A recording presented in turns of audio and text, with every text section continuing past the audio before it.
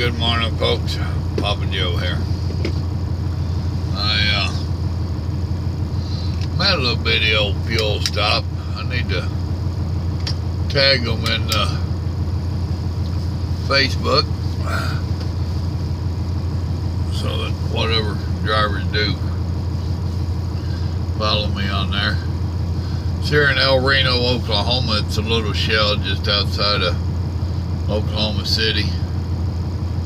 On the north side of the highway, right here at the scales. I'm looking at the closed sign as you're heading west. Looking at the closed sign. I don't know what exit number it is. Actually, pretty good breakfast. Dirt parking lot. I've stopped here a couple times. Too late for dinner and left too early for breakfast. It was fun watching them in there. Yeah, I know some of y'all find that weird, but that's okay. They got, I don't know, 6 or 8, 10 tables, whatever. One of them little places that ain't much more than an open deli. You step up to the counter and you're looking at the line. But they do sell breakfast.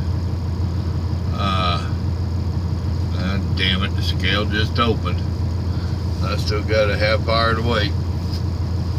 I figured that would happen. I'm legal, so it don't matter. I just don't like crossing scales. Old school driver thing.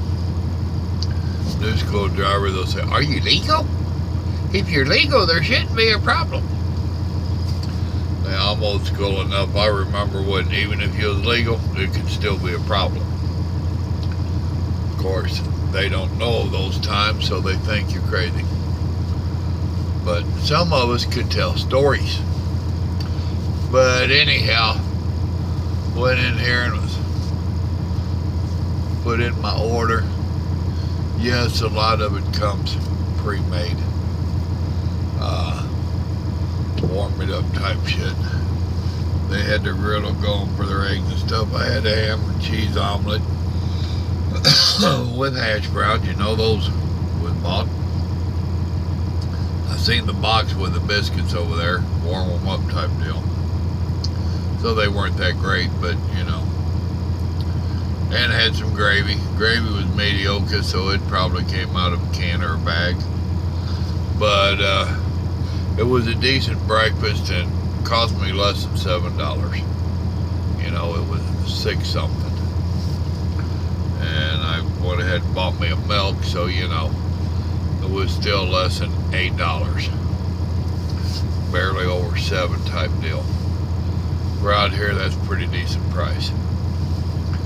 So, I can't complain with that. While I was waiting in there, and then what I was saying about it was fun watching them. I told the lady that wouldn't take my order, I said, you know, cause I'm looking at what they've got for a menu, single sheet menu. And I'm like, go ahead, cause they're all hustling. She went back to the line working there, which was just turn around. But they had like 4 girls across there, women. And they all had a job, had a little assembly line type thing set up, and was doing their breakfast sandwich and stuff that they wrap up and stick in the heater. And had a little bit of friendly banter going. So it was cool. I enjoy that kind of stuff, though. I'm weird. But it was cool, a little camaraderie in early morning. We got to be here, might as well make it fun type shit. While I was sitting there waiting on my meal to be cooked, with a shirt, it shrunk. She must be using hot water all the damn time and drying it hot, because I know I ain't growing. I'm too old to grow, but it's sure getting tight. While I was waiting on them to do up my meal, I was reading on the internet, and it would appear that Hillary and Bill and Chelsea, you know, the Outlaw family, the modern day robbers, Billy and Clyde, It would appear that they are closing their charity down. Wow. But if it's for charity and helping and all this stuff, why do they need to close it down? Right now is the countries that they're supposed to be helping still need help. They didn't go nowhere, you know.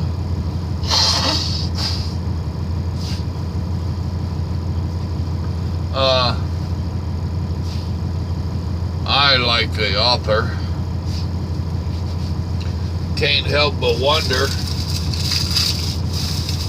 what possesses them to close. If it could have anything to do with some of the accusations that were being made during the election, if any of them could actually be true. I imagine not. You know, let me see what my total wage is. 43,740. That's why it was a little bit of a pain to get axled out last night. But I did get it axled out, for what that's worth.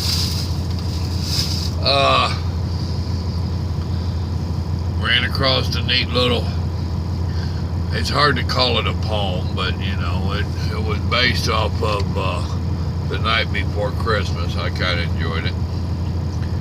I shared it on the Facebook stuff, on my wall and on Simple Living wall.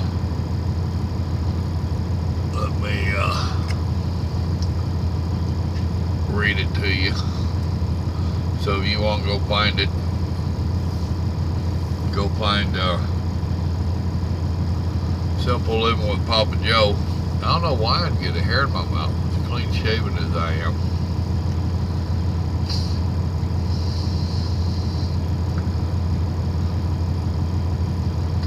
Well, now where'd it go? Well, maybe I shared it farther back than I thought.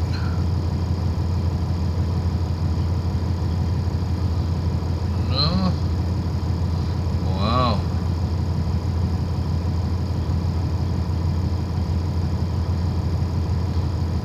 I'm going to attempt to do it again. There it is. Now post. Huh. 'Twas the night before inauguration. That's the name of it. 'Twas the night before inauguration, and up in the tower, the Donald reflected on his new-founded power. The conservatives had massed out in force and delivered a victory that would chart a new course. The snowflakes were shell-shocked with tears in their eyes. The media lied to them. What a surprise. They had been promised a Hillary win, but the criminal Clinton took one on the chin. The fake news and ignorance came at a cost, and they can't understand how the reasons they lost. Yes, Hillary Clinton, in many ways flawed, was her own biggest hurdle towards getting the nod. The campaign exposed her corruptness and greed, and her speeches were punchless as $10 weed. So out in the streets arose such a clatter, it was source paid protesters and Black Lives Matter. With cities to pillage and windows to smash, they knew not the issues, but needed the cash. But soon the protesters will feel the pain when the wheels fall off the old gravy train. And now all the snowflakes are riddled with fear, upset and offended by things that they hear. The Coca-Cola and crayons will help for a while, but fact-based opinions will soon cramp their style. I saw Trump on TV in front of a crowd. He spoke about veterans and made me feel proud. He spoke about energy, safety, and jobs, taking this country back from the Washington snobs. He thanked all his voters, and before he was gone, he saved thousands of jobs while Obama looked on. The fate of this country left nothing to chance, so he filled out his cabinet weeks in advance. Now Mathis, now Kelly, now Sessions and Pruden, on Perry, on Flynn, you're the ones who can do it. Start lifting restrictions and building the wall. Now dash away, dash away, dash away all. The roar of his audience from the stands. He kissed all their babies and shook all their hands. He answered their questions and calmed all their fears. They knew it would be a fantastic 4 years. Then he jumped in his limo and off to his jet, a fellow that liberals won't soon forget. He sent one more tweet as the evening expired. Happy inaugural to all, and Obama, you're fired. Author unknown to me. I don't know who wrote it. And the person I stole it from didn't know who wrote it, but I thought it was cute. So there you go. Go into Facebook, Simple Living with Papa Joe. You ought to recognize some of the stuff on there, and you'll see that poem if you are Robin. I thought it was kind of cute.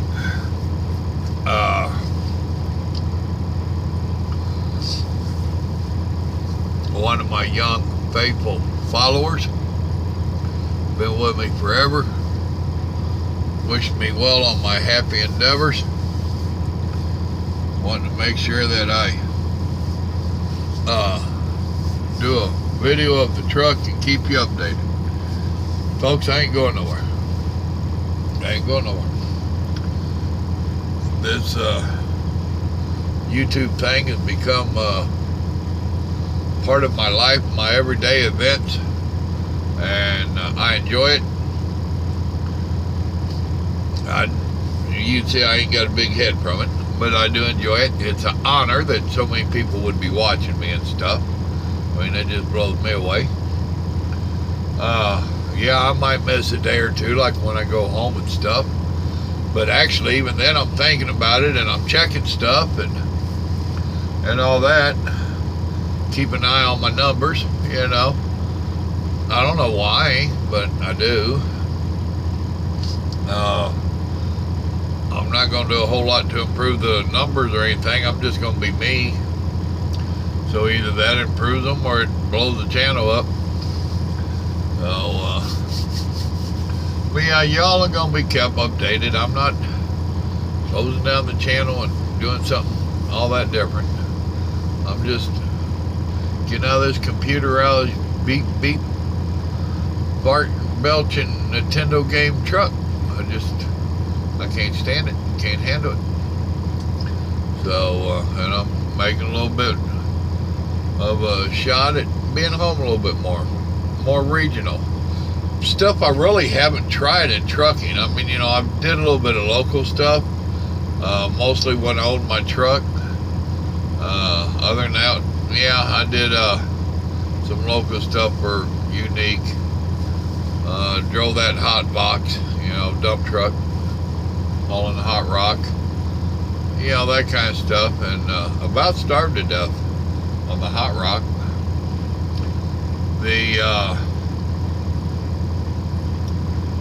The running from up here in Oklahoma down to Texas is appealing. I won't get home every day, but I should get home every week. And they have enough freight that it sounds like I can make a living at it, a decent living at it. And we're of a frame of mind, let's try.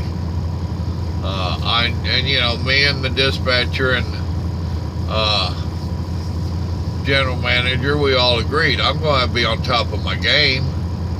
You know, you're talking about 500 miles, you know, and 500 miles running back roads, because you look at your map between Houston and Springdale, Arkansas, Fayetteville, Portsmouth, because that's the area I'll be coming back up to deliver in, there's not a real good route. I thought I was going to be cute on this last one. Where I picked up was a little bit west of Houston, so I came up 45 and grabbed 30. I still wound up running a couple 100 miles of back roads, and it added miles onto me, and I think it added time onto me. So I will definitely be playing with it a little bit and trying to figure out what's my best timed route. So, you know, one of them type deals. Now, something else I'm going to touch base on. I don't know if any of the truck drivers will be checking this out or not, any of the young rookies. Young as inexperienced. I woke up with a touch of diarrhea this morning. I know, shitty subject to share, but I got digging into my medicine bag back there, and I didn't know if I had shared with you guys about putting together a little medicine bag for out here. Your cost of meds in these truck stops and little stores is astronomical. Now, I do not know how it ended up that, well, that's good at the bottom of that bag. I ended up with one of the little truck stop boxed anti-diarrhea stuff, and 2 pills in it, you know. So you got a package that you can't tear open. I got to cut it with my knife. That's inside a box. You're paying out to kazoo for this safety packaging, and the safety's for the store, not for you. Trying to save them, make sure nobody stole their shit medicine. I have an old fanny pack. Y'all remember the fanny pack? So whatever kind of small bag you get, I put a little bit of nighttime and daytime NyQuil in there. Some allergy meds. It ain't too often that my allergies act up, but every so often in the right time of year. So I have some of that back there. Tylenols and different little things.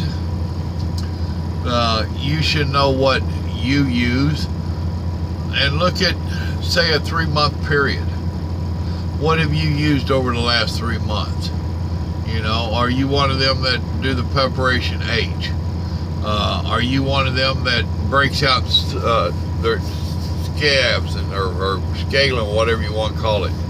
I've just started this and it's bothered me. I'm going to have to get me some lotion, you know. My dad had it bad, I remember. But get whatever it is, basically, that you've used in the last 3 months or 4 months, and put it in a little bag and stash it back there. Be extremely careful. There are laws about some of the stuff that you might put in there, so use common sense. You know, talcum powders. Whatever you might need that you don't use every day, but every so often you do. And if you can fit it all in a small little bag, then you're dollars ahead of having to buy it out of these places. I mean, those 2 pills there probably cost $2.99, maybe $3.99. But evidently I needed them at one time and seen them, and if I bought 2, it might have been $1.99. But I snatched some up for that time, and evidently I was out in my bag, and I threw the extra one in my bag. Normally I wouldn't pick it up at Walmart or H-E-B or somewhere else. I try not to buy out of these places. But there's just another little heads up. Which got me started on, you know, they do all this fancy packaging that's costing them so much extra to just put 2 pills in there. How about if you go ahead and just get a little bottle of a dozen or so, and you can sell it for the same damn money that you're repackaging this shit for. It's ridiculous, you know, so that we can charge 100 times more per pill, let's, you know what I mean? It's like, really? Come on, you know? But that's me. That's just how I look at stuff. They can sell us a dozen in a little bitty bottle, you know, for the same money that they're hammering us for this shit at. It ain't about you and I, and it ain't about the Best Buy. It's about what they can do. And we all know that. We all know that. Well, I'm going to pull up a little bit. There's a ditch back there full of water. Here in a minute, I'm going to have to get out and check my stuff and get ready to rock and roll. So, alright folks, I had a few extra minutes, so thought I would just jump on here and give you a daily update. So now you have been updated. Remember, God loves you, and so do I, and I'm sure I'll make another message sometime today. Y'all be safe. God bless.